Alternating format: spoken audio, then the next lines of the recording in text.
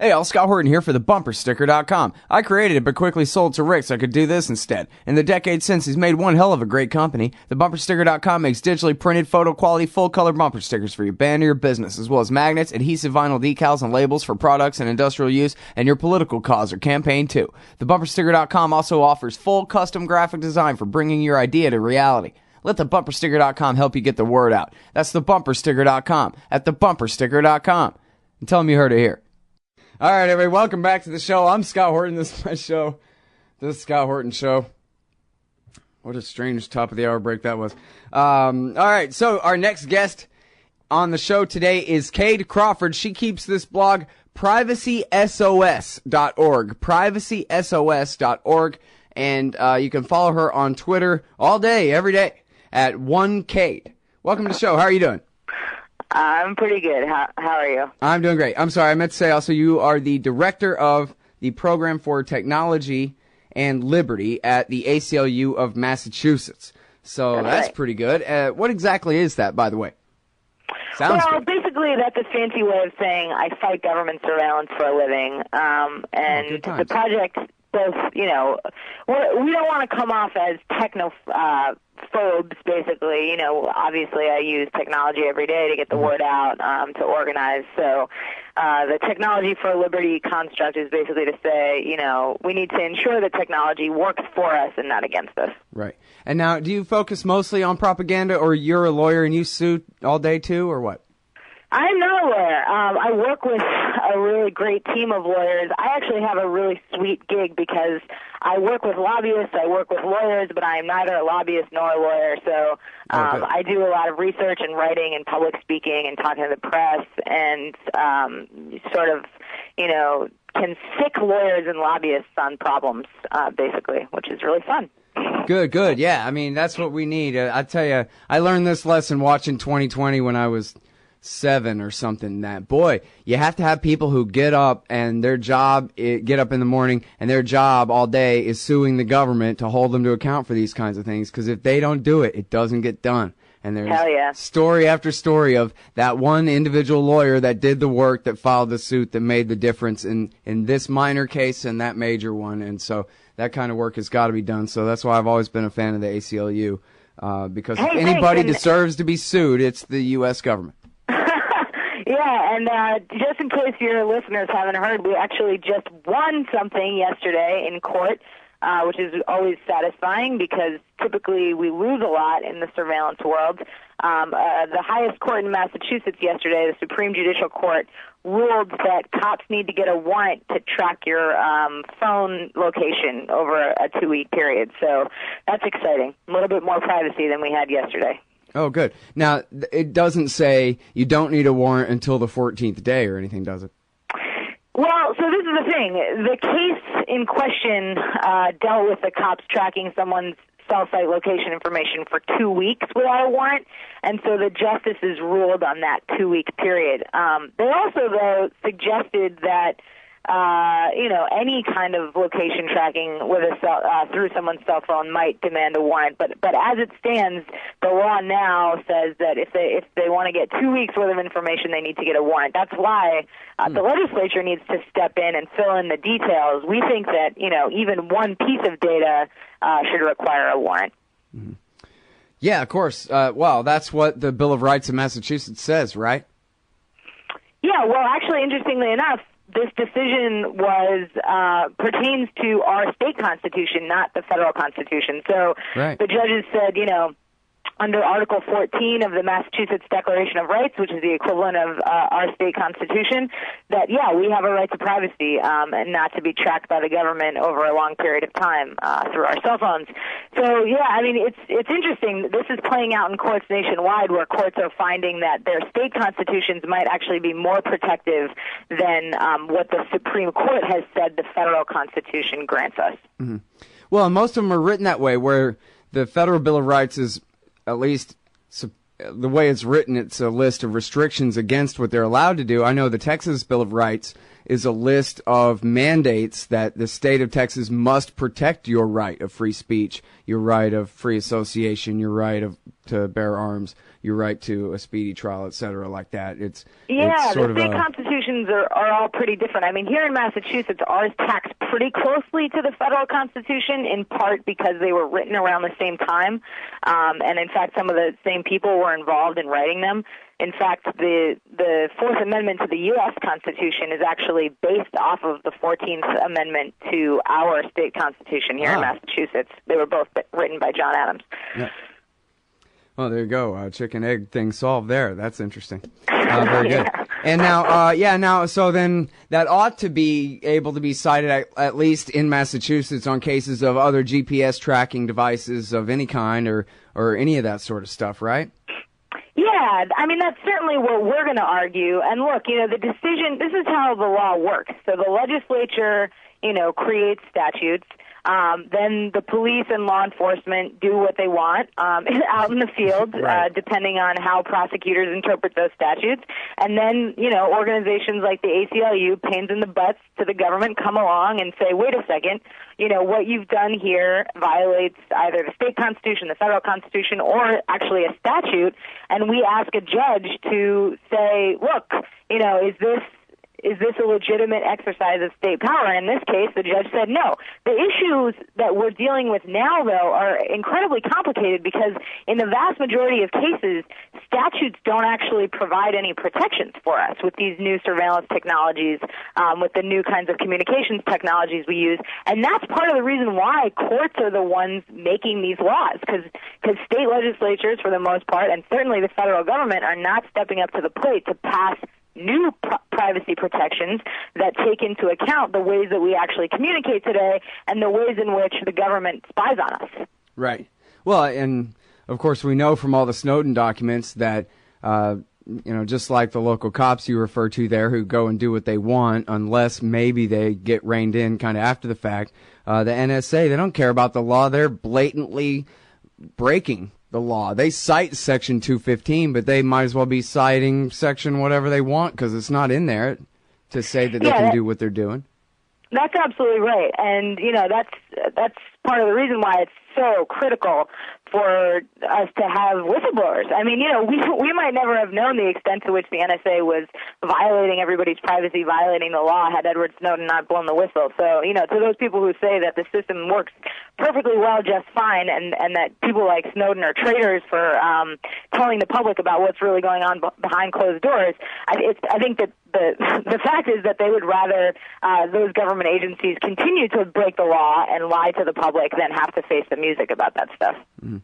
Well, and after all, I mean, it's so easy to imagine, a near-term future where crisis A, B, and C happens, right? I don't know, a Lindbergh baby goes missing, and then another terrorist attack, and all of a sudden all these powers that have been amassed in secret on the national level all just become shared with the state and local police, where the entire intelligence apparatus is turned against the American people full scale, and our local cops, basically through their fusion centers or some new apparatus, basically simply become part of one giant national police force, and the Bill of Rights will be gone forever. I mean, it really, you don't have to be into science fiction or the worst doomsayer to just figure, I mean, they're the ones who made that color-coded thing that said if we ever get to red again, you can just forget it. The Bill of Rights will be gone forever then. Yeah, I mean, the threat is very real that these national surveillance dragnets are going to trickle down to the state and local level. But there's also another threat, which I think has gone largely unnoticed by pretty much everybody in the country, but I talk about quite a bit, which is that the federal government over the past 13 years has been funding to the tune of billions of dollars a massive expansion of surveillance technology acquisition at the state and local level. And what this does is create basically an army of data collectors who essentially work in service of the federal government. So it's not simply that the NSA's data is going to trickle down to your local Keystone cops.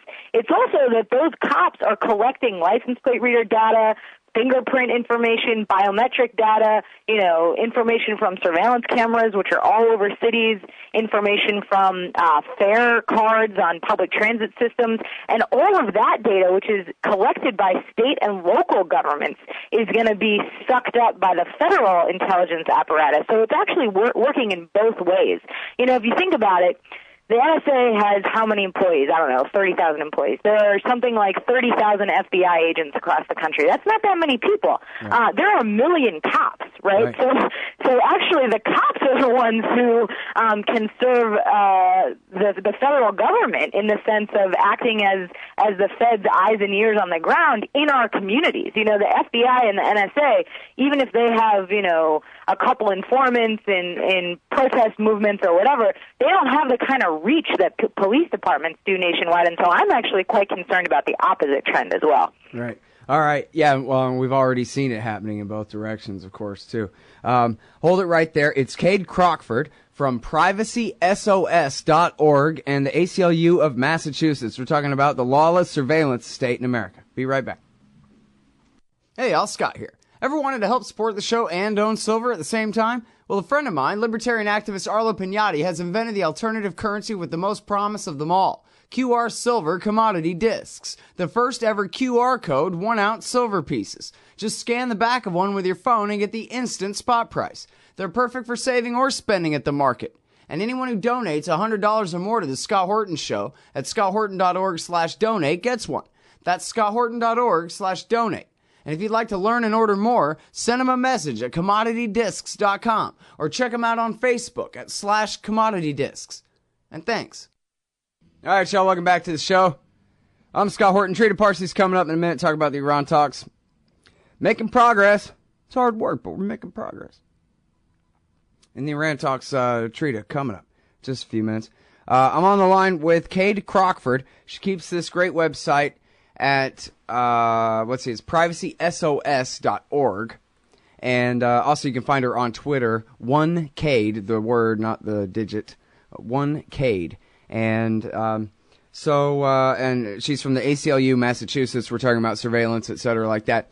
And it turns out that I am a malicious foreign actor because last night I went to the Pirate Bay and I downloaded it was a pretty good for a cam of the new RoboCop, and it is so terrible.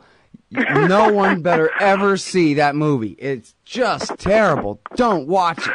But I'll tell you the one valuable thing in there is they show total information awareness at play, in effect on the local level, what it would be like to have a complete London-style CCTV network across your entire city where it's all facial recognition and gait recognition and iris scans and whatever, cross-referenced with a complete database of every wanted criminal and all of their known associates and anywhere that they could possibly be and whatever. And then, of course, you have the robot cop who is unstoppable, who goes out and puts it all together, which they didn't really show that part. It was a terrible movie. But anyway, point being, they do show what it would be like to have cops, local cops in your town with total unlimited access to everything that you do, that all of us do, all day, every day. And then I think on your website, you quote what I thought was, very notable at the time as well, something that Edward Snowden said about the real point here isn't that they're watching all of us all the time and all this. It's that if they ever decide they don't like you 30 years from now, they have a permanent record on you that is so thorough, it's better than your own memory of your own life in every way. And in other words, it changes the entire meaning of what it means to be a person in this society and how your behavior is going to play out, because you're obviously, unless you're really into the martyrdom thing, you're going to try to stay somewhere within the straight and narrow and not get your card pulled by these guys who know everything or can. Yeah, I mean, that's absolutely true. I think, foolishly, a lot of people don't worry about the massive collection by either private companies or the government of all sorts of private information about us, very sensitive details about our lives, that as you've said, if you were to plumb through these databases, you would probably discover things about yourself that you didn't even know, or that you didn't remember, because we don't keep records of ourselves in the same way that the government does today. Obviously we don't do that because who cares? Why would we want to do that? It's creepy and unnecessary. And you know what? Sometimes forgetting is important in life. There are things that I would rather not remember that I've done and said and whatever. But the government does not forget so easily. Look, one of the major reasons why this is such a problem is because even if, for example, your party is in power today, right, if you're a Democrat and you therefore don't care if the Obama administration is amassing huge quantities of data about you and your kids and everybody you know, what happens when Rick Santorum is the president and starts, keeping databases of everybody who's had an abortion and starts posting FBI agents outside their homes and following them around? This is, the fact that this information exists means that anybody down the line could use it against you in any way they want to. Rules, look, anytime you hear anyone in government or who works for one of these private surveillance companies that are massively profiteering off of hits to our privacy, anytime you hear these people say, look, what we need are rules about who can access this information and when, you know that they're full of it, because the collection and warehousing of massive quantities of data about innocent people is itself abusive. Full stop. It doesn't matter what kinds of protections you put in place after the fact. If the data is there, somebody's going to abuse it, whether it's a part of policy to abuse that information or whether it's a so-called rogue actor, a bad apple. Police officers routinely kill people and don't get punished. So what on earth makes anyone think that there's anything, that any internal policies at police departments nationwide are going to stop police from abusing access to information that they possess about us? I mean, it's just ludicrous. The fact that, police officers all throughout the country, it's almost impossible for them to go to jail if they kill someone. This is the most abusive you can get, essentially, taking someone's life unjustifiably, and they're almost never punished for this. So the notion that there would be any kind of real punishment if they get caught misusing your data, I mean, it just boggles the mind. Right. Yeah, no chance. Well, and it reminds me, this conversation, of something that I saw on Bill Maher, where he was interviewing Glenn Greenwald, and he didn't really give him a chance to respond. I guess he gave him a chance to respond. He didn't respond specifically enough on one of the things that Maher brought up, but he brought up too many different things to answer, really, for Glenn to answer. He didn't really let him answer the one thing, which was, it's crazy. It's, bat-ass crazy of Edward Snowden to say that, yeah, they have a map of your every association of your whole life, etc. But I think that if he had allowed Greenwald to answer that, I'm pretty sure you're familiar with the conversation I'm talking about recently here. Yeah.